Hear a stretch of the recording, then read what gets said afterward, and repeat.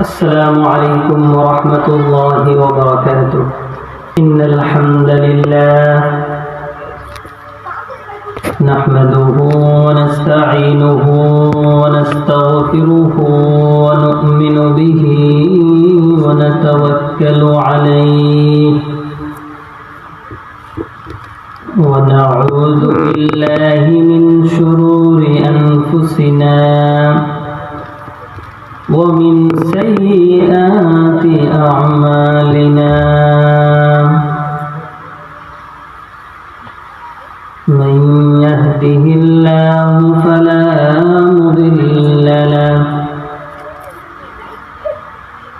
ومن يضلله فلا هادي له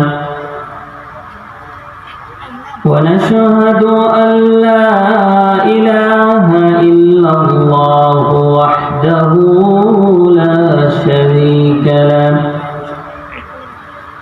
ونشهد أن سيدنا وسندنا ونبينا وشفيعنا وأولانا ومولانا محمدا عبده ورسوله الذي أرسل إلى الناس كافة بشيرا ونذيرا وداعيا إلى الله بإذنه وسراجا وقمرا منيرا. أما بعد فقد قال الله تبارك وتعالى في كلامه المجيد وفرقانه الحميد. أعوذ بالله من الشيطان الرجيم. بسم الله الرحمن الرحيم. أم حسبتم أن تدخلوا الجنة ولما يأتكم مثل الذين خلوا من قبلكم مستهم البأساء والضراء وزلزلوا حتى يقول الرسول والذين آمنوا معه متى نصر الله ألا إن نصر الله قريب. وقال صاحب القرآن صلى الله عليه وسلم الدنيا سجن المؤمن وجنة الكافر أو كما قال النبي صلى الله عليه وسلم. بارك الله لنا ولكم في القرآن العظيم ونفعنا وإياكم بالآيات والذكر الحكيم. صلى الله على سيدنا ومولانا محمد وعلى آله وأصحابه وبارك وسلم. صلى الله على سيدنا ومولانا محمد وعلى آله وأصحابه وبارك وسلم আল্লাহ পাক রব্বুল আলামিনের দরবারে অসংখ্য অগণিত শুকরিয়া যে মহান রব্বুল আলামিন আমাদেরকে অত্যন্ত দয়া করে মায়া করে ভালোবেসে দুনিয়ার সমস্ত ঝামেলা থেকে ফারিক করে দ্বীনের মহব্বতে কোরআনের মহব্বতে দ্বীনি কিছু কথা শোনার জন্য এই ঠান্ডায় খোলা আকাশের নিচে এখানে উপস্থিত করেছেন যে আল্লাহ পাক রব্বুল আলামিন তার বান্দাদের মধ্য থেকে বাছাই করে আমাদেরকে এখানে নিয়ে এসেছেন। আল্লাহ তাআলার অনুগ্রহ যদি না থাকতো তাহলে আমরা উপস্থিত হতে পারতাম না। আমাদের মতো অনেক মানুষ এখনো আছে যারা কোনো কাজে ব্যস্ত নেই, অনর্থক আড্ডা দিচ্ছে, গল্প গুজব করছে, অথচ আমরা অনেকে নিজেদের কাজকর্ম ফেলে দিয়ে এখানে চলে এসেছি। নিশ্চয়ই এটা আল্লাহ তাআলার অনুগ্রহ। আল্লাহ তাআলা রহমত করেছেন আমাদের উপরে, সেজন্য আমরা এখানে উপস্থিত হতে পেরেছি। সবাই মন খুলে দিল থেকে সবাই বলি আলহামদুলিল্লাহ। মুহতারাম হাজিরিন, আমি আপনাদের সামনে পবিত্র কালামুল্লাহ শরীফের একটি আয়াতে কারিমা তিলাওয়াত করেছি এবং নবীজি সাল্লাল্লাহু আলাইহি ওয়াসাল্লামের অসংখ্য অগণিত হাদিসে মুবারাকা থেকে একটি হাদিস আপনাদের সামনে পেশ করেছি। যদি আল্লাহ পাক রব্বুল আলামিন তৌফিক দান করেন তাহলে কোরআনের আয়াত এবং হাদিসকে সামনে রেখে মুযাকারার নিয়তে, ইসলাহের নিয়তে কিছু কথা আপনাদের সামনে পেশ করব ইনশাআল্লাহ। মুহতারাম হাজিরিন, আমার তেলাওয়াতকৃত আয়াতের মধ্যে আল্লাহ পাক রব্বুল আলামিন সাহাবায়ে কেরাম এবং মুসলমানদেরকে উদ্দেশ্য করে সান্ত্বনা দিয়ে একটি কথা বলেছেন। আমরা জানি ইসলাম যখন দুনিয়াতে এসেছে, রাসূলের উপর যখন ওহী এসেছে, ওহীর সূচনা লগ্ন থেকে নবী করিম সাল্লাল্লাহু আলাইহি ওয়াসাল্লাম থেকে শুরু করে সাহাবায়ে কেরাম যারাই ইসলামের ছায়াতলে এসেছিলেন, সবাই খুবই দুঃখ এবং কষ্টের মধ্যে ছিলেন, খুবই অত্যাচার নিপীড়ন সহ্য করতে হয়েছে। কাফের মুশরিকরা এমন অত্যাচার করেছিল যার কারণে শেষ পর্যন্ত তারা নিজের শহর ছেড়ে অন্য শহরে পাড়ি জমাতে বাধ্য হয়েছিলেন। এত জুলুম এবং নিপীড়নের শিকার হয়েছিলেন। তখন আল্লাহ তাআলা মুমিনদেরকে সান্ত্বনা দিয়ে বলেন, আম হাসিবতুম আন তাদখুলুল জান্নাতা,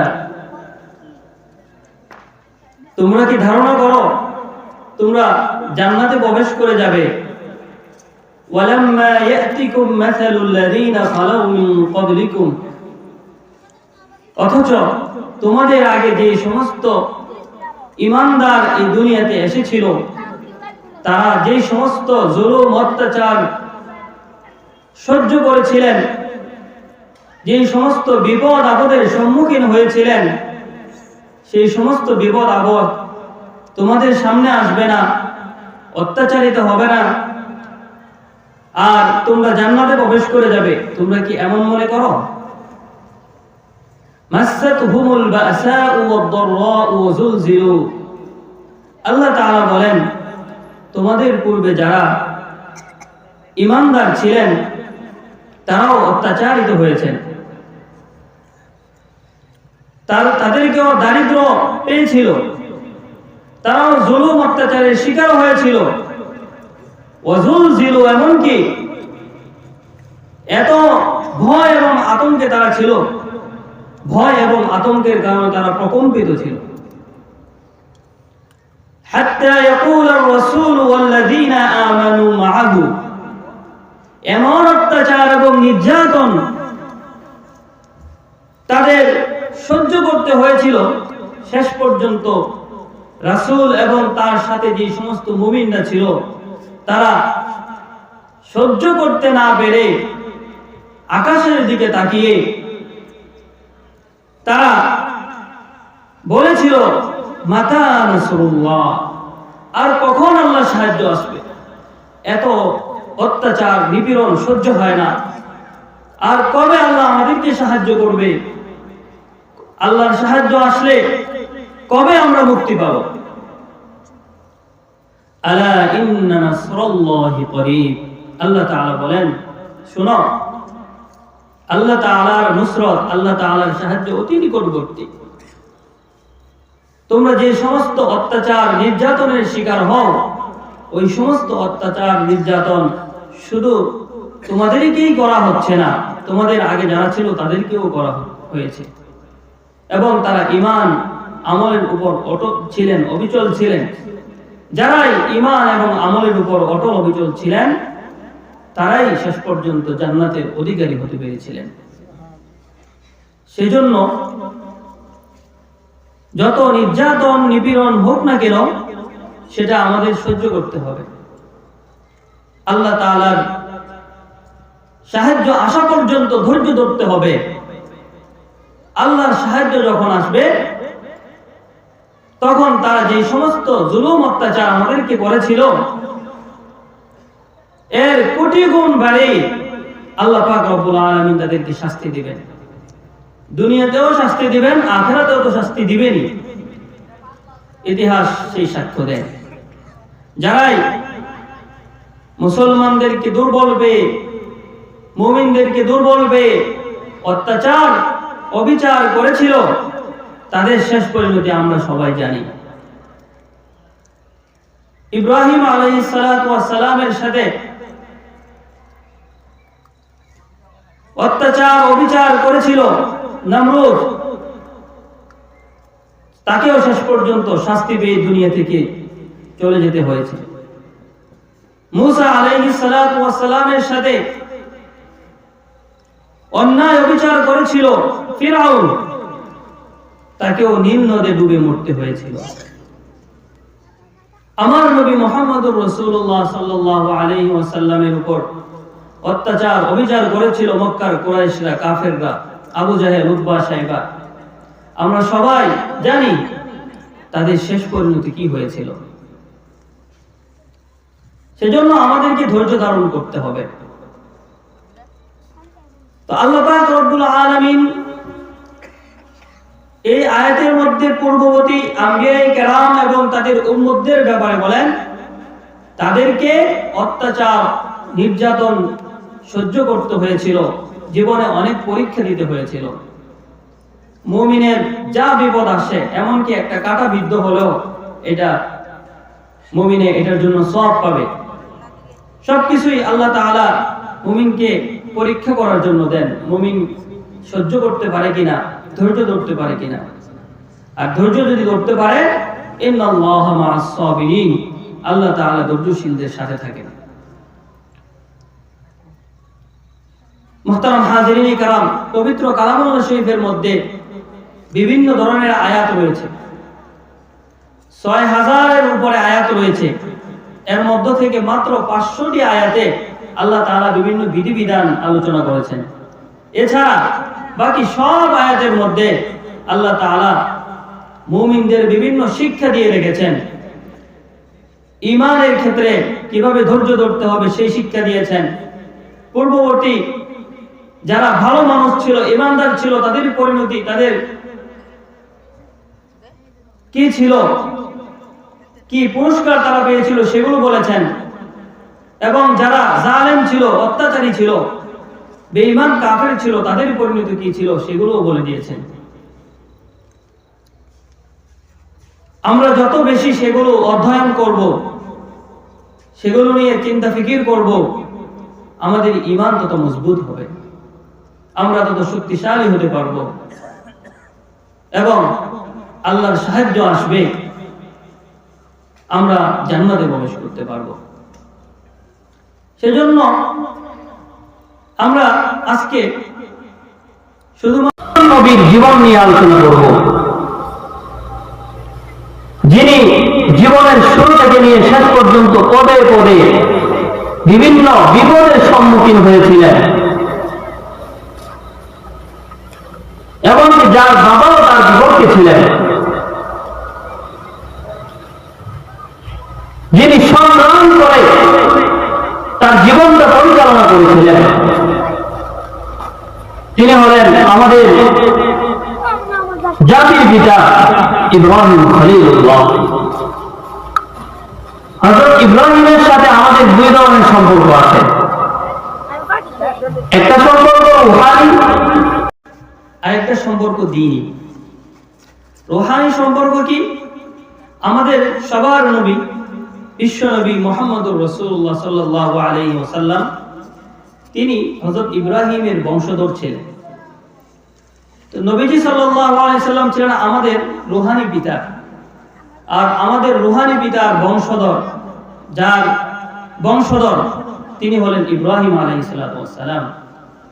ইব্রাহিম আলাইহিস সালাতু ওয়াস সালামের ছেলে ইসমাঈল আলাইহিস সালামের বংশ থেকে আমাদের নবী মুহাম্মদুর রাসূলুল্লাহ সাল্লাল্লাহু আলাইহি ওয়াসাল্লামের জন্ম। সেই হিসাবে রূহানি সম্পর্ক। আরেকটা সম্পর্ক আছে দ্বীনি, খুবই গভীর সম্পর্ক রয়েছে ইব্রাহিমের সাথে আমাদের, দ্বীনের ব্যাপারে খুবই গভীর সম্পর্ক। এমনকি আমাদেরকে মুসলিম নামটা পর্যন্ত ইব্রাহিম আলাইহিস সালাম দিয়েছেন। আল্লাহ কোরআনুল কারীমের মধ্যে বলেন, মিল্লাতা আবিকুম ইব্রাহিম হুয়া সাম্মাকুমুল মুসলিমিন। ইব্রাহিম তোমাদেরকে মুসলমান হিসেবে নামকরণ করেছেন। এই আমাদের মুসলিম নামটাও ইব্রাহিম আলাইহিস সালাম নাম করেছেন। আমরা প্রতিদিন 5 ওয়াক্ত নামাজ পড়ি। নামাজ ইসলামের একটি গুরুত্বপূর্ণ রূপক। এই নামাজের শুরুতেও আমরা ইব্রাহিমের স্মৃতিকে স্মরণ করি, নামাজের শেষেও। শুরুতে কিভাবে? আমরা যে কিবলামুখী হয়ে নামাজ পড়ি, যে কাবার দিকে ফিরে নামাজ পড়ি, সেই কাবাকে আল্লাহ তাআলা ইব্রাহিমের মাধ্যমে সংস্কার করেছিলেন। আল্লাহ তাআলা বলেন, وَعَهِدْنَا إِلَى إِبْرَاهِيمَ وَإِسْمَاعِيلَ أَن طَهِّرَا بَيْتِيَ لِلطَّائِفِينَ وَالْعَاكِفِينَ وَالرُّكَّعِ السُّجُودِ। আল্লাহ তাআলা বলেন, আমি ইব্রাহিম এবং ইসমাঈলকে আমার ঘর বাইতুল্লাহকে পবিত্র করার জন্য, সংস্কার করার জন্য আদেশ দিয়েছি। কাদের জন্য? লিত্তাইফিনা, যারা এই কাবার চারদিকে তাওয়াফ করে, ওয়াল আকিফিনা, যারা কাবায় অবস্থান করে, ওয়াল রুকআইস সুজুদ, যারা রুকু করে, সিজদা করে, যারা নামাজ পড়ে। তো ইব্রাহিমের সংস্কারকৃত কিবলার দিকে হয়েই আমরা নামাজটা শুরু করি। কিবলার দিকে না ফিরলে নামাজ হবে? তাহলে নামাজের শুরুতেও ইব্রাহিমের স্মৃতি স্মরণ করি।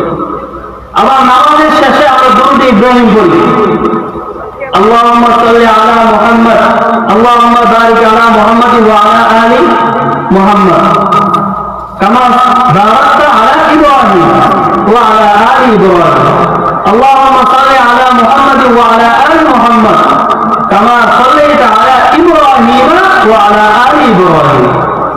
এটা আমরা শেষ বৈঠকে পড়ি। তাহলে শেষ বৈঠকে নামাজের শেষেও ইব্রাহিমকে আমরা সালাম জানাই। হাদিসের মধ্যে এসেছে, নবীজি বলেন, লাকিতু ইব্রাহিমা লাইলাতাল উসরিয়া বি মেরাজের রাতে, যে রাতে আল্লাহ পাক রব্বুল আলামিন আমাকে মেরাজে নিয়েছিলেন, ওই রাতে ইব্রাহিমের সাথে আমার দেখা হয়।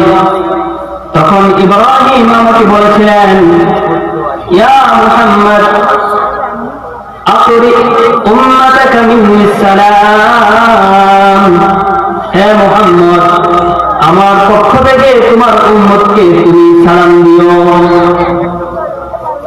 ইব্রাহিম আলাইহিস সালাতু ওয়াস সালাম মেরাজের রাতে নবীজিকে বলে দিয়েছিলেন, আমার পক্ষ থেকে তুমি তোমার উম্মতকে সালাম জানিও।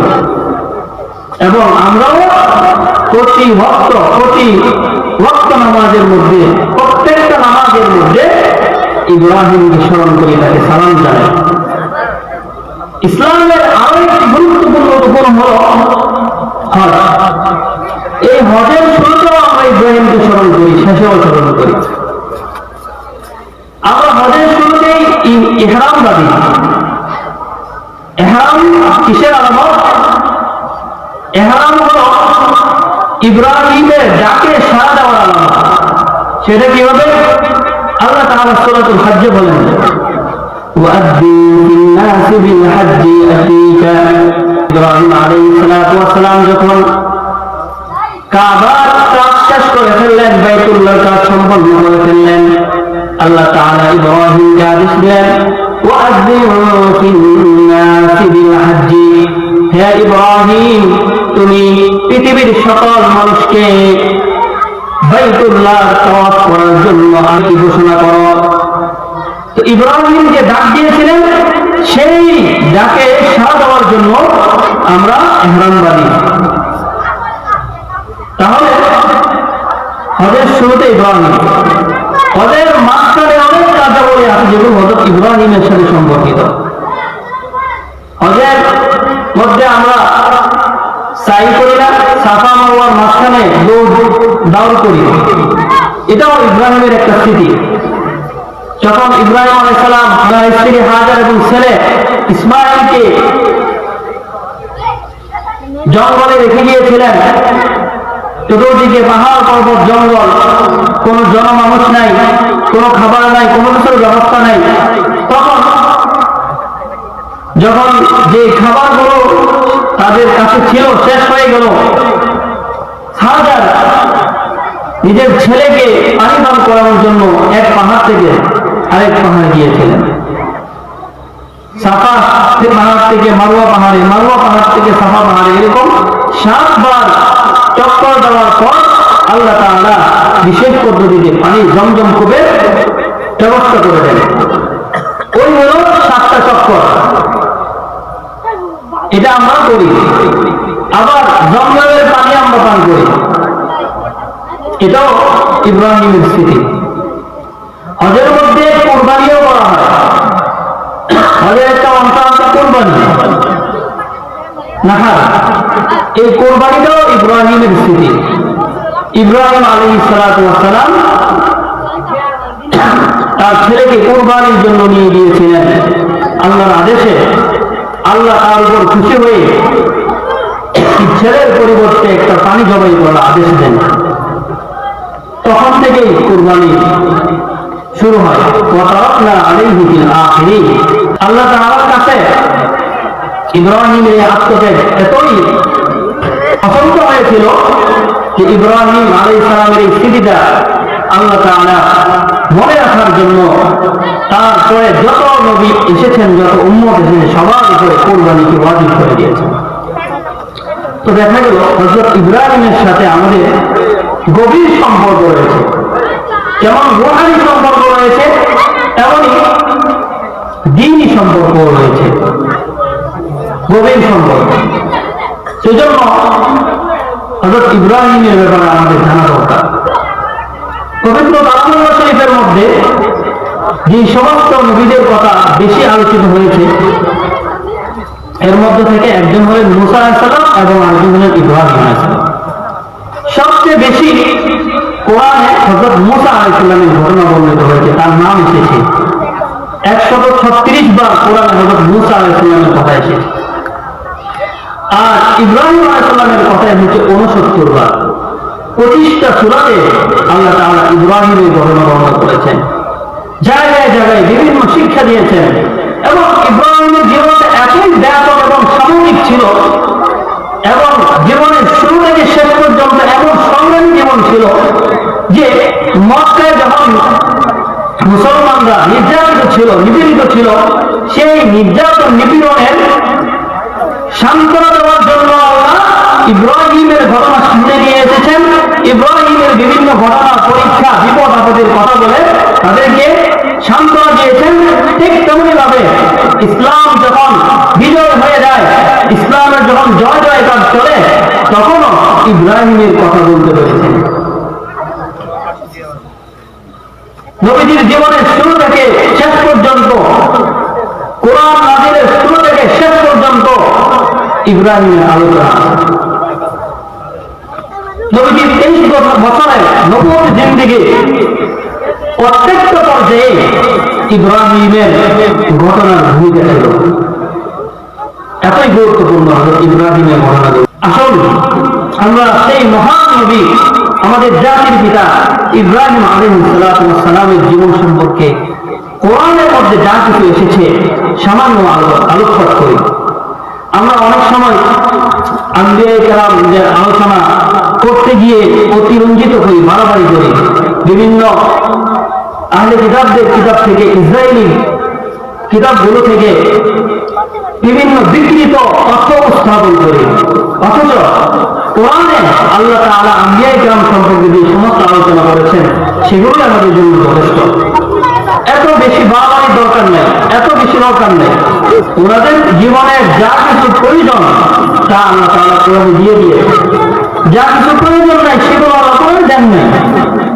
সেজন্য শুধুমাত্র কোরআনে আল্লাহ তাআলা ইব্রাহিম সম্পর্কে কি কি কথা বলেছেন সেই কথাগুলি আপনাদের সামনে আমি তুলে দেওয়ার চেষ্টা করব ইনশাআল্লাহ। মুহতারাম হাজিরিন কিরাম, শুরুতেই বলেছি হযরত ইব্রাহিম আলাইহিস সালামের জীবনটা শুরু থেকেই সংগ্রামী ছিল। শুরু থেকেই, ছোটবেলা থেকেই হযরত ইব্রাহিম সংগ্রাম করে গিয়েছেন, এমনকি নিজের পিতার সাথে পর্যন্ত সংগ্রাম করেছেন। ইব্রাহিম আলাইহিস সালাম যখন ছোট্ট ছিলেন তখন থেকে আল্লাহ তাআলা তাকে দ্বীনের বুঝ দিয়ে দিয়েছিলেন।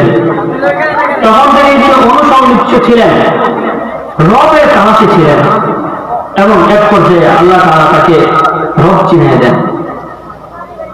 আল্লাহ তাআলা সূরাতুল আনআমের মধ্যে বলেন, وَكَذَلِكَ نُرِي إِبْرَاهِيمَ مَلَكُوتَ السَّمَاوَاتِ وَالْأَرْضِ وَلِيَكُونَ مِنَ الْمُوقِنِينَ। আল্লাহ তাআলা বলেন, ইব্রাহিমকে আকাশ এবং জমিনের সৃষ্টিকর্তাকে, আকাশ এবং জমিনের রাজত্বকার, এই সম্পর্কে আমি আল্লাহ তাকে জ্ঞান দান করেছিলাম। ওয়ালিয়াকুনা মিনাল মুমিনিন, যাতে করে ইব্রাহিম মুমিনদের অন্তর্ভুক্ত হয়ে যায়। এরপর আল্লাহ তাআলা ঘটনা বর্ণনা করতেছেন কিভাবে ইব্রাহিম তার রবকে খুঁজে পেলেন। আল্লাহ তাআলা বলেন, فَلَمَّا جَنَّ عَلَيْهِ اللَّيْلُ رَأَىٰ كَوْكَبًا। ইব্রাহিম যখন রাত্রি আসলো, আকাশের মধ্যে একটি তারকা দেখতে পেল। আকাশের এই তারকা দেখে ইব্রাহিম গবেষণা করতে লাগলো, এই তারকাটা কি? এত সুন্দর একটা তারকা ঝকঝক করতেছে, এই তারকাটা কি হতে পারে? এত সুন্দর রবই হতে পারে, একমাত্র রবই হতে পারে।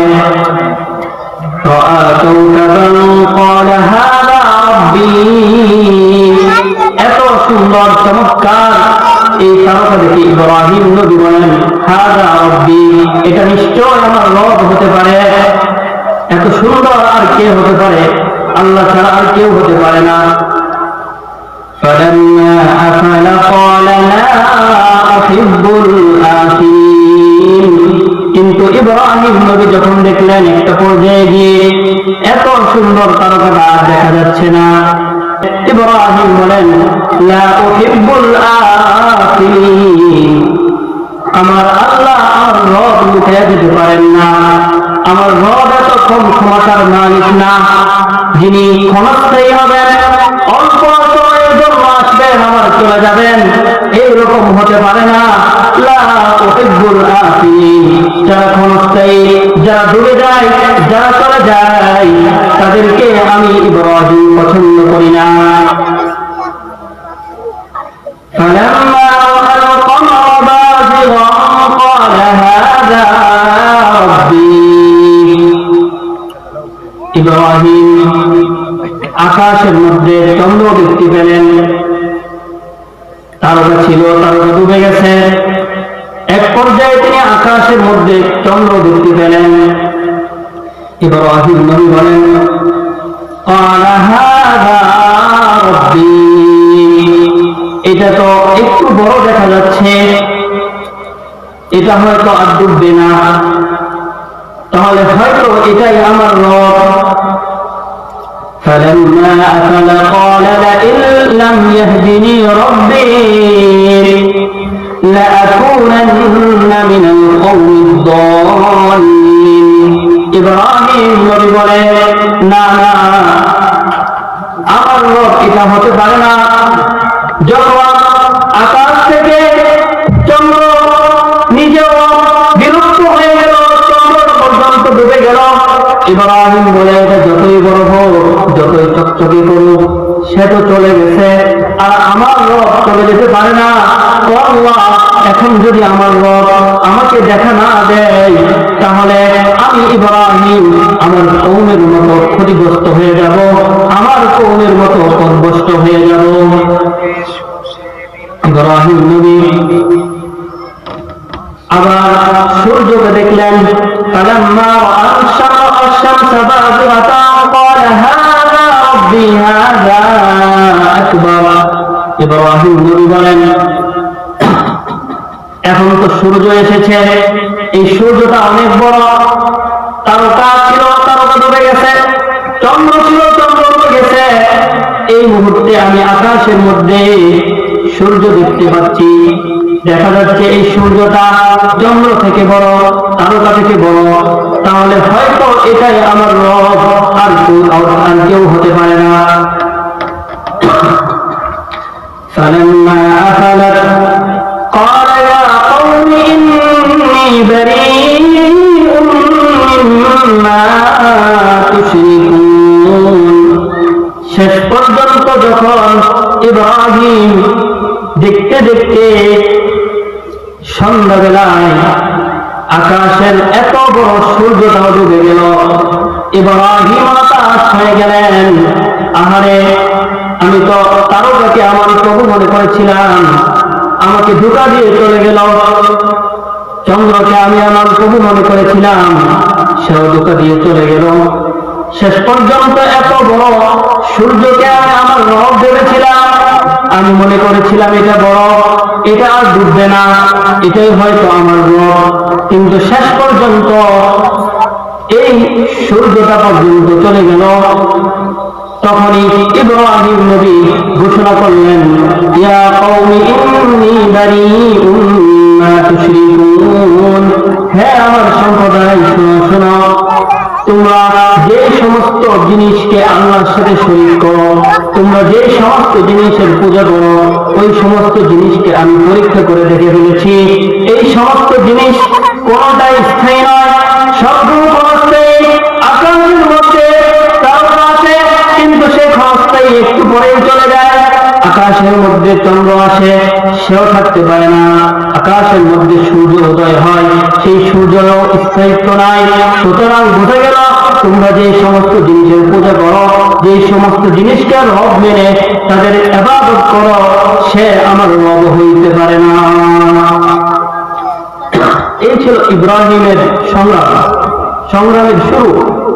তিনি সব পরীক্ষা করে দেখলেন যে আমার কওম এই সমস্ত জিনিসের ইবাদত করে, পূজা করে, দেখি এগুলো কেমন, এগুলো সত্যি রব হতে পারে কিনা।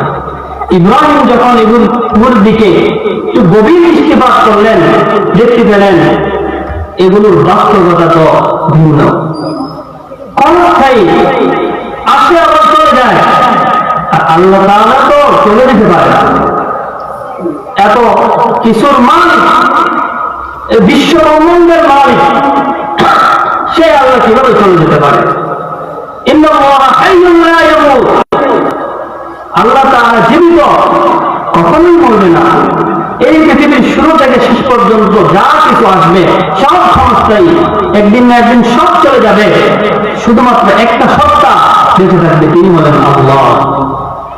সেজন্য ইব্রাহিম ঘোষণা দেন, إني وجهت وجهي للذي فطر السماوات والأرض حنيفا وما أنا من المشركين। ইব্রাহিম চিন্তা ফিকির করে গবেষণা করে চন্দ্র সূর্য এবং তারকা গ্রহ নক্ষত্র রাশি হাকিকত যখন ইব্রাহিমের কাছে চলে আসলো, ইব্রাহিম যখন এগুলোর বাস্তবতা জানতে পারলেন, তখন ইব্রাহিম তার কৌমকে ডেকে বললেন, হে আমার কৌম, শোনো শোনো, তারকা রব হতে পারে না, সূর্য রব হতে পারে না, চন্দ্র রব হতে পারে না, কোন গ্রহ নক্ষত্র রাশি আমার রব হতে পারে না, বরং আমার রব তিনি যিনি শুধু এই চন্দ্র সূর্য আর গ্রহ নক্ষত্রবাদীকে সৃষ্টি করেন নাই, বরং এই আকাশ এবং জমিন সব কিছুকে সৃষ্টি করেছেন। এই চন্দ্র সূর্য শুধু নয়, এই চন্দ্র সূর্য যেই বিশাল আকাশের মধ্যে উদিত হয়, যেই বিশাল আকাশের মাধ্যমে আমরা চন্দ্র সূর্য দেখতে পাই, এমনকি এই চন্দ্র সূর্য উদয়স্থল থেকে পর্যন্ত যে রব সৃষ্টি করেছেন, আমার রব হলেন তিনি। আমি তোমাদের মতো মুশরিক হতে পারবো না। এই হলো ইব্রাহিমের রবকে চিনা এবং কওমের সাথে দ্বন্দ্ব শুরু। আল্লাহ তাআলা বলেন, ওয়াহাজ্জাহু কওমুহু, ইব্রাহিম যখন তার কওমের সাথে কথোপকথন শুরু করলেন, তার কওমকে আল্লাহর হাকিকত বলতে লাগলেন, আল্লাহকে চিনাইতে লাগলেন, তখন তার কওম তার সাথে ঝগড়া লেগে গেল, ঝগড়া বিবাদে লিপ্ত হলো। قال أتحاجوني في الله وقد هدان, তোমরা কি ওই রবের ব্যাপারে আমার সাথে ঝগড়া বিবাদ করো যিনি আমাকে হেদায়েত দান করেছেন? ولا أخاف ما تشركون به إلا أن يشاء ربي شيئا। ইব্রাহিম নবী বলেন, আমি তোমাদেরকে ভয় পাই না, তোমরা যে সমস্ত রবের ইবাদত করো, যাদের উপর ভিত্তি করে তোমরা আমার সাথে ঝগড়া বিবাদে লিপ্ত হয়েছ, তোমাদের ওই সমস্ত রবকে, ওই সমস্ত প্রতিমাগুলোকে আমি ইব্রাহিম ভয় করি না। ইব্রাহিম শুধু তার কওমের সাথে ঝগড়া করেন নাই। আমরা সূরাতুল বাকারায় দেখতে পাই, আল্লাহ তাআলা 3 নম্বর পারার 2 নম্বর পৃষ্ঠায় নমরুদ, ওই সময়ের বাদশা, ওই নমরুদের সাথেও তিনি ঝগড়া করেছিলেন। দ্বীনের কথা বলতে তিনি বাদশাকে পর্যন্ত ছাড় দেন নাই। বাদশার সামনে বলিষ্ঠ কণ্ঠে ইব্রাহিম উচ্চারণ করেছিলেন, আমার রব আল্লাহ। আল্লাহ তাআলা সূরাতুল বাকারার মধ্যে বলেন, ألم تر إلى الذي حاج إبراهيم في ربه أن آتاه الله الملك। অগণবিধি আপনার কাছে কি সংবাদ পৌঁছে নাই? আপনি কি জানেন না ওই বাদশার কথা, যে বাদশা দুনিয়ার সেই বাদশাহী পেয়ে, 2 দিনের বাদশাহী পেয়ে, রাজত্ব পেয়ে গর্ব করে ইব্রাহিমের সাথে তার রবের সম্পর্কে ঝগড়া করেছিল, তার রবের ব্যাপারে সে গর্ব করে, অহংকার করে নিজেকে রব দাবি করেছিল, আর ইব্রাহিমের রব আল্লাহকে অস্বীকার করেছিল। সেই ইব্রাহিম এর সাথে যেই নমরুদ, যে বাদশা তার সাথে ঝগড়া করেছিল, সেই বাদশার ব্যাপারে কি আপনি জানেন না? إذ قال إبراهيم ربي الذي يحيي ويميت, যখন ইব্রাহিম বলিষ্ঠ কণ্ঠে ওই বাদশার নমরুদের সামনে ঘোষণা করেছিল, রব্বি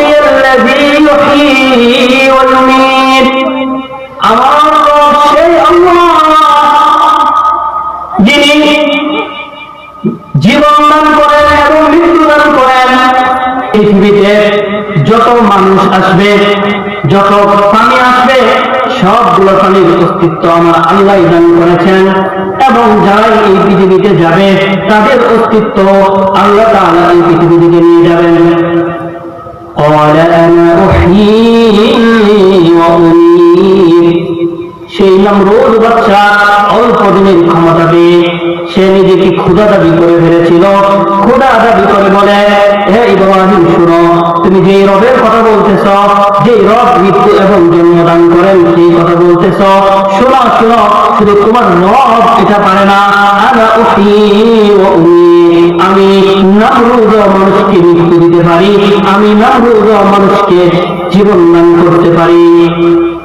এই কথা বলে সেই নমরুদ জেলখানা থেকে দুইটা বন্দীকে নিয়ে আসছে। নিয়ে এসে সে একটা বন্দীকে মেরে ফেলছে এবং আরেকটাকে ছেড়ে দিয়েছে। তখন ইব্রাহিমকে দেখায় বলে, দেখো দেখো, এই যে দুইটা মানুষ, একজনকে আমি জীবন দিলাম, আরেকজনকে মৃত্যু দিলাম। কি হাস্যকর কথাবার্তা। তখন ইব্রাহিম এমন জবাব দিয়েছিলেন, আল্লাহ তাআলা এটা দৃষ্টান্ত হিসেবে, স্মৃতি হিসেবে কোরআনের মধ্যে রেখে দিয়েছেন। আল্লাহ তাআলা বলেন, قال إبراهيم فإن الله يأتي بالشمس من المشرق فأت بها من المغرب। হে নমরুদ, হে অহংকারী বাদশা, শোনো শোনো, তোমার জ্ঞানের দৌড় কতটুকু পর্যন্ত আছে আমি তা জানি। মৃত্যু আর জন্ম দেওয়ার দরকার নাই। শোনো শোনো, এই যে সূর্যটা দেখতে পাচ্ছ, এই সূর্যটা প্রতিদিন আমার রব পূর্ব দিগন্ত থেকে উদয় করেন। তুমি যদি এতই ক্ষমতাবান হয়ে থাকো, তোমার যদি এতই ক্ষমতা থাকে, তুমি যদি সত্যি বাচ্চা হয়ে থাকো, তুমি যদি সত্যি রব হয়ে থাকো, তাহলে তুমি একটা মুহূর্তের জন্য, একটা দিনের জন্য হলেও এই সূর্যটাকে পশ্চিম দিগন্ত থেকে উদয় করে দেখাও। আল্লাহ তাআলা বলেন, ইব্রাহিম নবী যখন নমরুদকে এই চ্যালেঞ্জ করেন, ফাবুহিতাল্লাযী কাফার, ওই কাফের নমরুদ, এই অহংকারী বাদশা নমরুদ ইব্রাহিমের এমনতর কথা শুনে মুখা বনে গেল, আর কোনো কথাই বলতে পারল না। কি বলেন? কাফের মুশরিকরা সবসময় এমনই হয়, তাদের আকলটা আসলে চোখের উপরে থাকে। তারা যদি গভীরভাবে চিন্তা করত, যদি সুস্থ মস্তিষ্কে চিন্তা করত, আল্লাহকে চিনতে কখনো ভুল করত না। কারণ ফিতরাতুল্লাহিল্লাতী ফাতারান নাস আলাইহা, আল্লাহ তাআলা প্রত্যেকটা মানুষকে রবকে চেনার মতো যোগ্যতা দান করেছেন, কিন্তু সবাই রবকে চিনতে পারে না। কেন পারে না? এর মস্তিষ্কটা নষ্ট হয়ে গেছে। সুস্থ মস্তিষ্ক নাই। যদি সুস্থ মস্তিষ্ক থাকতো, কেউ রবকে চিনতে ভুল করতো না। এই নমরুদের মতো বেকুব দেখেন, দুইটা মানুষকে এনে একজনকে হত্যা করে আরেকজনকে ছেড়ে দিয়ে বলেছে নাকি জীবন দান করেছে, মৃত্যু দান করেছেন। তখন ইব্রাহিম যখন বললেন, তাহলে তুমি সূর্যটাকে শুধু ছোটখাটো একটা কাজ করো, শুধু পশ্চিম দিক থেকে সূর্যটা তুলে দেখাও, উদয় করে দেখাও। সে তো এটা চিন্তা করে না। সে মনে করছে একটাই মনে হয় রবের ক্ষমতা, মৃত্যু দেওয়ার, জন্ম দেওয়া, যদিও মৃত্যু জন্ম দিতে পারে না, কিন্তু একটা যুক্তি দান করিয়েছিল, যে যুক্তি থেকে নাই। তো দেখা গেছে ইব্রাহিম নবী বাদশার সামনে পর্যন্ত বলিষ্ঠ কণ্ঠে আওয়াজ তুলে দিয়েছিলেন।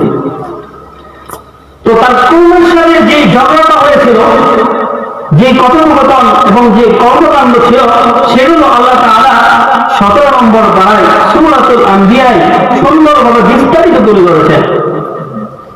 আল্লাহ তাআলা বলেন, ওয়ালাকাদ আতাইনা ইব্রাহিমা রুশদাহু মিন ক্বাবলু ওয়া কুন্না বিহি আলিমিন।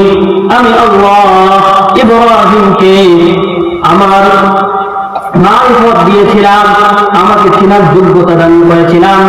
ইব্রাহিমকে সুস্থ মস্তিষ্ক দিয়েছিলাম, সেই মস্তিষ্ক দিয়ে ইব্রাহিম চিন্তা করে গবেষণা করে আমি আমার আল্লাহকে চিনতে পেরেছিল। إذ قال لأبيه وقومه ما هذه التماثيل التي أنتم لها عاكفون। আমরা ইতিপূর্বে জেনেছি আল্লাহ তাআলা বলেছেন সূরাতুল আনআমের মধ্যে ওয়াহাজ্জাহু কওমুহু, তার সাথে তার কওম ঝগড়া করেছিল। সেই ঝগড়াটা কি আল্লাহ এখানে বলেন। ইব্রাহিম নবী যখন তার কওমকে বললেন মা হাযিহি তামাসিলুল লাতী আনতুম লাহা আকিফুন, এই সমস্ত প্রতিমা যেগুলোর সামনে তোমরা সারাদিন বসে থাকো, যেগুলোর পূজা করো, যেগুলোকে রব রব বলে রাখো, এগুলো কি? ক্বালু ওয়াজাদনা আবা'ানা লাহা আবিদিন। ইব্রাহিমের কোন দিকে বলল আমরা আমাদের বাপ দাদাদেরকে এই সমস্ত জিনিস করতে দেখেছি, সেই জন্য আমরাও সেগুলোর ইবাদত করি। জবাব দিচ্ছেন আমাদের বাপ দাদারা করে গেছে এই জন্য আমরাও করি। এই সমস্যাটা আমাদের মধ্যেও আছে, বাপ দাদা করে গেছে। আচ্ছা বলেন, বাপ দাদা করে গেলেই কি সব সত্য হয়ে যায়, শুদ্ধ হয়ে যায়? চিন্তা করি না। মক্কার কাফেররা পর্যন্ত বলেছিল, আল্লাহ তাআলা 2 নম্বর পারার 4 নম্বর পৃষ্ঠা সূরাতুল বাকারায় বলেন وَإِذَا قِيلَ لَهُمُ اتَّبِعُوا مَا أَنزَلَ اللَّهُ قَالُوا بَلْ نَتَّبِعُ مَا أَلْفَيْنَا عَلَيْهِ آبَاءَنَا। কাফের মুশরিকদেরকে যখন বলা হয় তোমরা তোমাদের এই সমস্ত কর্মকাণ্ড ছেড়ে দিয়ে, এই সমস্ত মূর্তি পূজা ছেড়ে দিয়ে আল্লাহ পাক রব্বুল আলামিন যে কোরআন নাযিল করেছেন সেই কোরআনের উপর আমল করো, সেই কোরআনের অনুসরণ করো, অনুকরণ করো। তারা জবাব দেয় বাল নাত্তাবিউ মা আলফাইনা আলাইহি আবা'ানা। তারা বলে না না, এই কোরআনের অনুসরণ করব না, বরং যে মূর্তি পূজা আমাদের বাপ দাদারা করত, যে সমস্ত কৃষ্টি কালচার আমাদের বাপ দাদারা পালন করত, আমরা সেগুলোই পালন করব। এই বাপ দাদার কথা বলা এটা কাদের কাজ? কাফের মুশরিকদের কাজ। অথচ দেখা যায় আমাদের সমাজের মধ্যে কত ধরনের কুসংস্কার, কুকথা, কত কিছু যেগুলো আমরা বাপ দাদার নামে করি। কোন হুজুর যদি বলে যে এটা করেন কেন, বলে যে বাপ দাদারা করে আসছে আমরা করবো না কেন? তুমি কি আসতো? যদি ভুল হয় তো বাপ দাদারা কি করতো? তাদের ব্যাপারে আল্লাহ তাআলা বলেন আওয়ালাউ কানা আবাউহুম লা ইয়াকিলুনা শাইআন ওয়া লা ইয়াহতাদুন। আল্লাহ তাআলা নবীকে বলেন, নবী আপনি এই সমস্ত নির্বোধ কাফেরদেরকে জিজ্ঞেস করেন তোমাদের বাপ দাদারা যদি নির্বোধ থাকতো, তোমাদের বাপ দাদারা যদি নির্বোধ হয়ে থাকে, হেদায়েতের পথে না থাকে, যদি তোমাদের বাপ দাদারা গুমরাহিতে লিপ্ত থাকে, তারপরেও কি তোমরা তাদের অনুসরণ করবে কিনা? বাপ দাদারা করছে, তো বাপ দাদারা কি ভুল করতে পারে না? আল্লাহ তাআলা বলেন বাপ দাদারা ভুল করলে আপনিও কি ভুল করবেন? বাপ দাদারা যা করছে শুধু তা না, যদি অন্যায় নিজের বাবাও করে থাকে সেই বাবাকেও ছেড়ে যেতে হবে, সেই বাবাকেও ছাড়া যাবে না। আসুন শুনি ইব্রাহিমের তার বাবার সাথে কথোপকথন, বাবার সাথে লড়াই দ্বীনের জন্য, ইসলামের জন্য। 16 নম্বর পারা 8 নম্বর পৃষ্ঠা 7 নম্বর পৃষ্ঠা ইব্রাহিম তার বাবাকে কি বলে শুনুন। ইব্রাহিমের জীবনের প্রতিটা পদে পদে আমাদের জন্য শিক্ষা রয়েছে।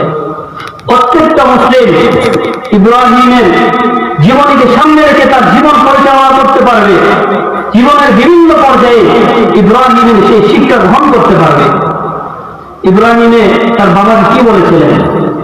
আল্লাহ তাআলা বলেন إذ قال لأبيه يا أبت لم تعبد ما لا يسمع ولا يغني عنك شيئا আল্লাহ বলেন ইব্রাহিম যখন দেখলেন নিজের বাবা মূর্তি পূজা করে, পাথরের মূর্তির পূজা করে, তখন ইব্রাহিম তার বাবাকে ডেকে বলেন ইয়া আবাতি লিমা তা'বুদু মা লা ইয়াসমাউ,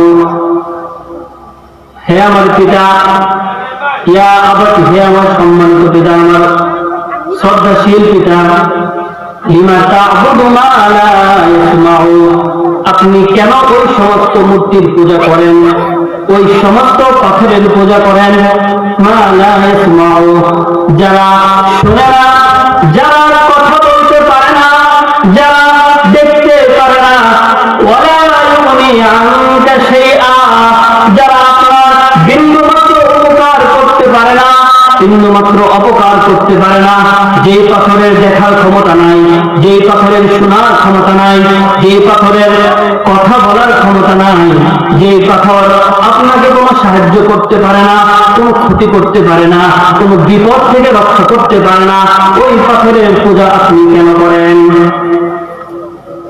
ইয়া আবাতি ইন্নী ক্বাদ জাআনি মিনাল ইলমি মা লাম ইয়াতিক, ও বাবা, আমাকে আল্লাহ নবী হিসাবে প্রেরণ করেছেন, আমি আমার সুস্থ মস্তিষ্কের মাধ্যমে আমার রবকে চিনতে পেরেছি, আমার রব আমাকে জ্ঞান দান করেছেন, যে জ্ঞান আপনার মধ্যে নাই। আমার মস্তিষ্ক ভালো, সেজন্য মস্তিষ্কের মাধ্যমে আমি আল্লাহকে চিনতে পেরেছিলাম, কিন্তু আপনার মস্তিষ্কটা নষ্ট হয়ে গেছে, কুফরের অন্ধকারে নিমজ্জিত হয়ে আছে।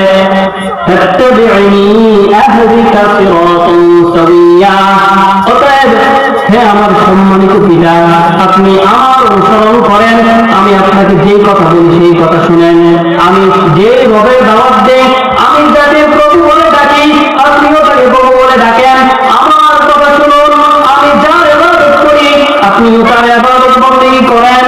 আহদিকা সিরাতান সাওয়িয়া, আমি আপনাকে সরল সঠিক পথ দেখাবো, সঠিক পথ দেখাবো। আপনার কোন যে পথের মধ্যে আছে, আপনি যেই পথের মধ্যে আছেন, এই পথটা সত্যি পথ না, এটা গোমরাহির পথ, আমি আপনাকে হেদায়েতের পথ দেখাবো। ইয়া আবাতি লা তা'বুদিশ শাইতান, হে আমার পিতা, আপনি শয়তানের ধোঁকায় পড়ে ওই সমস্ত মূর্তির পূজা করেন, ওই সমস্ত পাথরের পূজা করেন, যারা কথা শোনে না, যারা কথা বলতে পারে না, যারা দেখতে পারে না, কোনো উপকার করতে পারে না, অপকার করতে পারে না, ওই সমস্ত মূর্তির পূজা করেন। এটা কেন করেন জানেন? এটা তো আপনি শয়তানের ধোঁকায় পড়ে করেন, শয়তান আপনাকে বলতে সেই জন্য করেন। লা তা'বুদিশ শাইতান, অতএব শয়তানের উপাসনা আপনি করবেন না। কেন কেন আপনি কি জানেন শয়তান কি? ইন্নাশ শাইতানা কানা লির-রাহমানি আসিয়া, হে আমার বাবা, যে শয়তানের কথা মেনে, যেই শয়তানের অনুসরণ করে আপনি এই সমস্ত মূর্তির পূজা করেন, আপনি কি জানেন এই শয়তান আমার রবের অবাধ্য হয়েছিল, আমার রবের অবাধ্য হওয়ার কারণে আমার রব তাকে চিরকালের জন্য বঞ্চিত করেছিলেন, জান্নাত থেকে বিতাড়িত করে দিয়েছিলেন। ইয়া আবাতি ইন্নী আখাফু আন ইয়ামাসসাকা আযাবুন মিনার রাহমান, হে আমার বাবা, আপনি যে কাজ করেন আমি দেখতেছি, এই কাজ যদি আপনি লিপ্ত থাকেন, এই কাজ যদি আপনি করতে থাকেন, তাহলে আমার আল্লাহর আযাব গজব থেকে আপনি বাঁচতে পারবেন না। আর ছেলে হয়ে আমি কিভাবে আপনার এই কষ্ট, আপনার এই আযাব দেখাটা সহ্য করতে পারবো?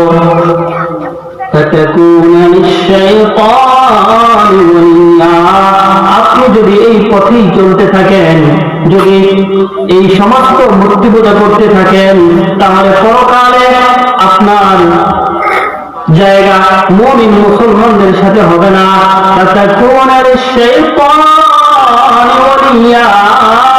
যেভাবে এই দুনিয়াতে আপনি শয়তানের বন্ধু হয়েছেন, আখিরাতেও সেই শয়তানের সাথে জাহান্নামে যেতে হবে।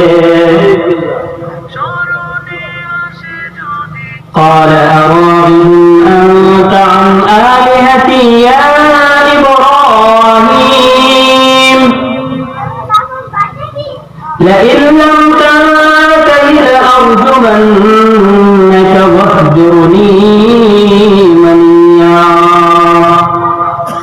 এতক্ষণ পর্যন্ত ইব্রাহিমের ওয়াজ ছিল, ইব্রাহিম ওয়াজ করেছিলেন বাবাকে, এখন বাবা কি উত্তর দেন। তো লক্ষ্য করলে দেখবেন ইব্রাহিম যে কথাগুলো বলেছেন বাবার সাথে কোনো বেয়াদবি করে নেই। এখান থেকে এই শিক্ষাও আছে, বাবা যদি ভুল পথে থাকে উত্তম পন্থায় বোঝাবেন, সুন্দরভাবে বোঝাবেন, বেয়াদবি করা যাবে না। তো কিভাবে বাবাকে ওয়াজ করবেন সেটাও এখানে শিক্ষা আছে। বাবা গুমরাহিতে থাকলে বাবাকে ওয়াজ করবেন, এই শিক্ষা যেমন আছে, কিভাবে ওয়াজ করবেন সেই শিক্ষাও আছে। সুন্দর ভাষা ব্যবহার করবেন, ইয়া আবি বলে নেই, আরবিতে ইয়া আবি বললে শুধু বাবা, আর ইয়া আবাদি বললে এটা মহব্বত নিয়ে ডাকা, মহব্বত নিয়ে যখন ডাকে তখন ইয়া আবাতি বলে। বাবা শুধু বলেন এবং আবাতি, যে আমার পিতা, দয়া করে রাখছেন, তাহলে ভাষাটা যেন সুন্দর হয়। এমন ঝগড়া প্রসাদ করেন না যেন পিতা পুত্রের সম্পর্ক নষ্ট হয়ে যায়, এমন যেন না হয়। পিতা পিতার জায়গায় একটা সম্মান হয়েছে, তবে দিনের ক্ষেত্রে পিতার সাথে কোনো কম্প্রোমাইজ চলবে না। পিতা যদি গুমরা হয় তাহলে পিতার অনুসরণ করা যাবে না। এখন বাবা কি বলে দেখেন, গুমরাহি আর কুফরির অন্ধকারে এতটাই নিমজ্জিত ছিল, আপন ছেলের কথা পর্যন্ত সে শুনতেছিল না। অনেক বাবা এমন আছে, এমন অন্ধভক্ত হয় কিছু মানুষের, নিজের ছেলে জন্মদাতা যাকে জন্ম দিয়েছে সে কি আপনাকে মিথ্যা বলবে কখনো? আপনার ছেলে তো আপনাকে মিথ্যা বলবে না, আপনার ছেলে কখনো আপনাকে জাহান্নামে নিতে চাইবে না, আপনার ছেলে কখনো চাইবে না আপনি ভুল পথে থাকেন। যদি সত্যিকার অর্থের মানুষ হইত, যদি সুস্থ মস্তিষ্কের অধিকারী কেউ হয়, তাহলে ছেলের কথা কখনো কেড়বে না। কারণ সে জানে অন্যরা যা বলে না বলে সেটা তাদের লাভের জন্য বলতে পারে, কিন্তু আমার ছেলে তো ইচ্ছা করে আমার ক্ষতি করবে না। কিন্তু যারা ইব্রাহিমের পিতার মতো অন্ধকারে নিমজ্জিত ছিল, তাদের জবাব কেমন হবে? ইব্রাহিমের বাবার জবাবের মতো। قال أراغب أنت عن آلهتي يا إبراهيم। ইব্রাহিমের বাবা বলেন, হে ইব্রাহিম, তুমি কি আমাকে ওই সমস্ত প্রভুর ইবাদত থেকে বিমুখ করতে চাও যাদেরকে আমি নিজে আমার প্রভু মানি, যাদের ইবাদত বন্দেগী করি? لئن لم تنته لأرجمنك واهجرني مليا। তুমি যদি তোমার এই ওয়াজ থেকে নিষ্পত্তি না দাও, তোমার ওয়াজ যদি তুমি বন্ধ না করো ইব্রাহিম, লাআরজুমান্নাকা, আমি তোমাকে পাথর দিয়ে মেরে হত্যা করে ফেলবো। ওয়াহজুরনি মালিয়া, আমার এই সমস্ত পূজা, এই সমস্ত উপাসনা তোমার যদি পছন্দ না হয়, ওয়াহজুরনি মালিয়া, তুমি আমাকে ছেড়ে চলে যাও। এমন অন্ধ হচ্ছে ছেলেকে পর্যন্ত বের করে দিচ্ছে। আমাদের সমাজে এই সমস্ত বাবারা অভাব নেই। ইব্রাহিমও সেই ছেলে ছিলেন, সংগ্রামী ছিলেন, আল্লাহর ব্যাপারে, দ্বীনের ব্যাপারে বাবাকেও ছাড় দেন নাই।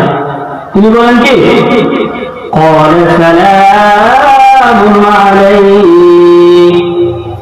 আপনার যদি এই কথাই হয়ে থাকে, আপনি যদি আপনার গুমরাহিতে এতটাই নিমজ্জিত হয়ে যান যে আপন ছেলেকে পর্যন্ত ছাড় দিচ্ছেন না, আপন ছেলের কথা পর্যন্ত শুনতেছেন না, তাহলে সালামুন আলাইহি, আমি আপনাকে সালাম জানিয়ে চলে যাচ্ছি।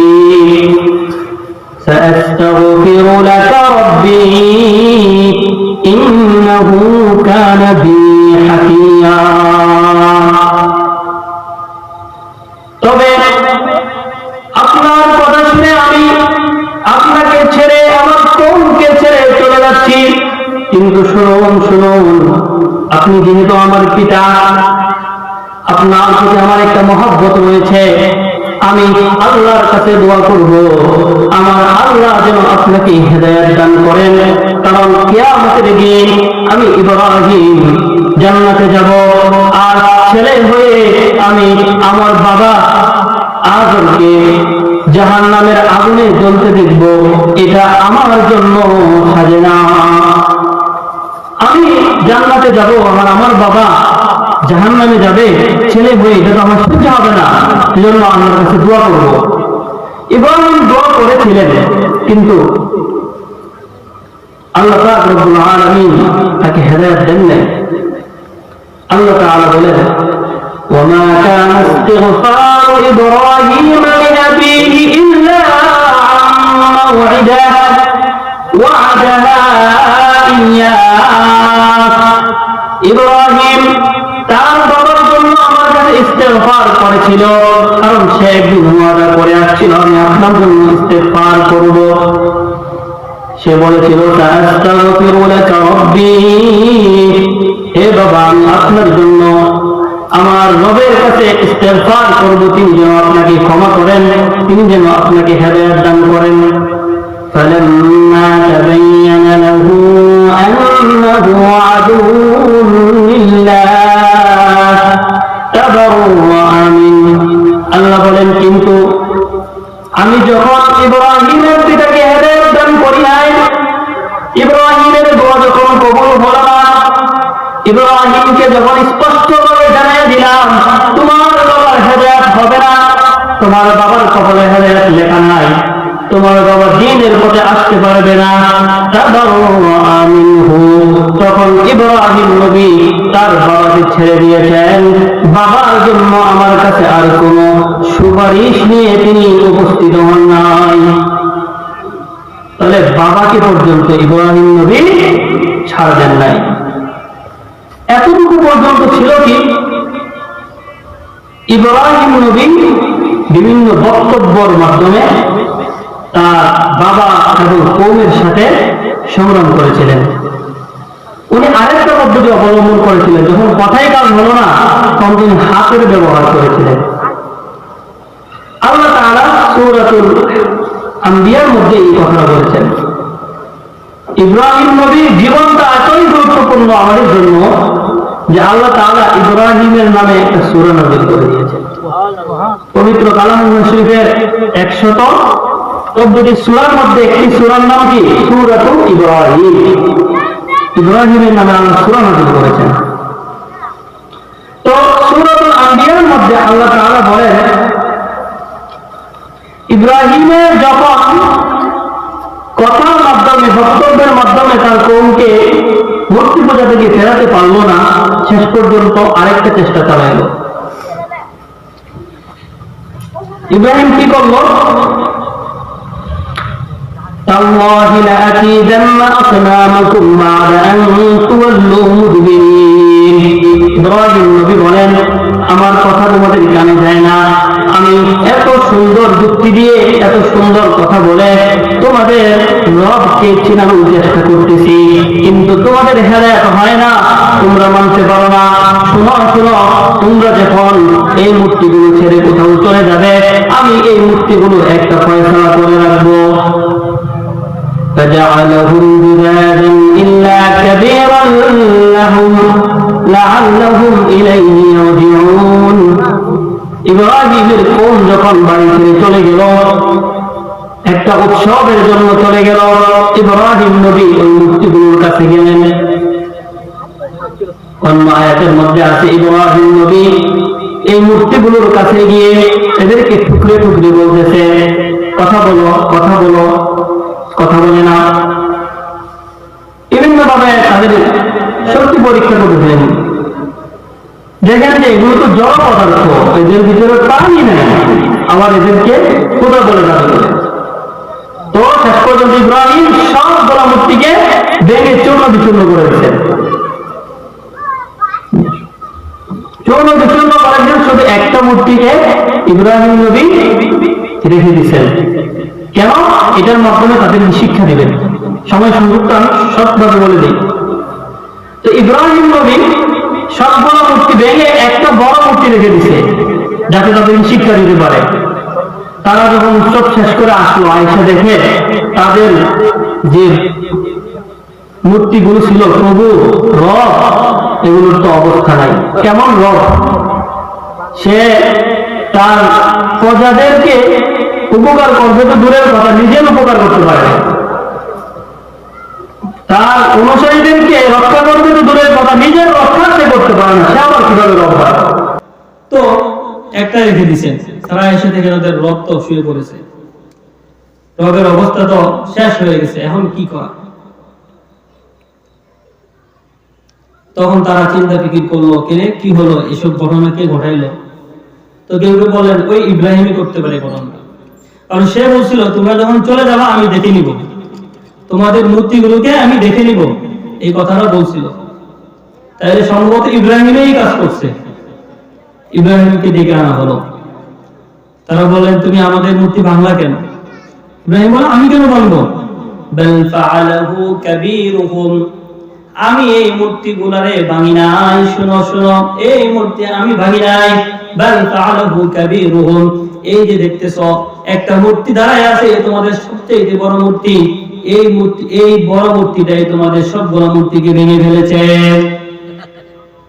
ফাসআলুহুম ইন কানু ইয়ানতিকুন, হে আমার অপদার্থ কওম, নির্বুধ কওম, তোমরা দেখো এটার সাথে কথা বলতে পারো কিনা, তাকে জিজ্ঞেস করে দেখো, দেখো কথা বলতে পারে কিনা। ফারাজাউ ইলা আনফুসিহিম ফাকালু ইন্নাকুম আনতুমুজ জালিমিন। এই কথা বলার পর তারা একটু চিন্তা করলো, দেখি বিষয়টা তো ভাবার বিষয়, এটা একটা ভাবনীয় বিষয়। ভেবে দেবে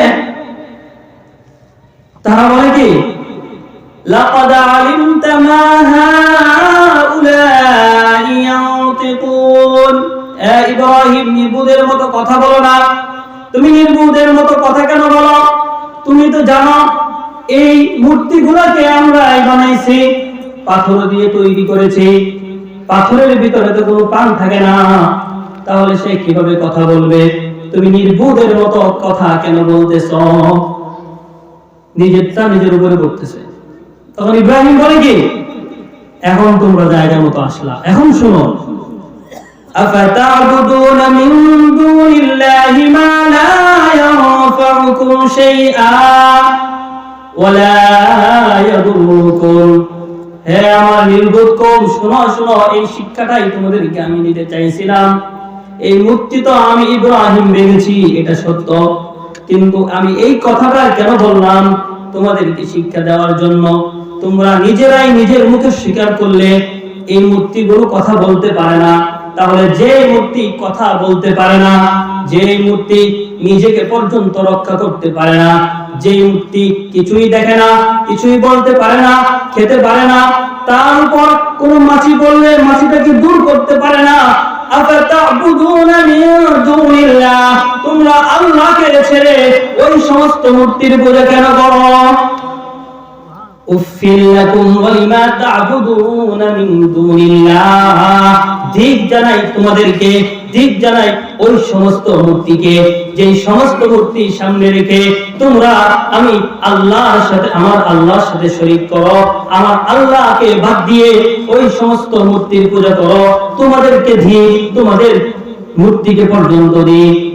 আফালা তাকিলুন, আর কবে তোমাদের শিক্ষা হবে, আর কবে তোমাদের বুদ্ধি আসবে? এভাবে পর্যায়ক্রমে ইব্রাহিম তার কওমকে শিক্ষা দিয়েছিলেন, ইব্রাহিম তার কওমকে দ্বীনের পথে ডেকেছিলেন।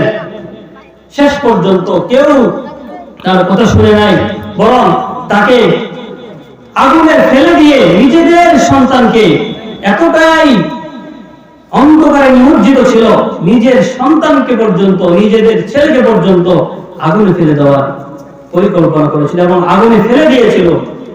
আল্লাহ তাআলা পদ্ধতিভাবে তাকে সেখান থেকে রক্ষা করেন। কিন্তু ইব্রাহিম এত অত্যাচার নির্যাতনের পরেও তার ঈমানের উপরে তিনি ছিলেন। আল্লাহ তাআলা সূরাতুস সাফফাতের মধ্যে বলেন, ইব্রাহিম বলেন, ইন্নী যাহিবুন ইলা রাব্বি সায়াহদিন।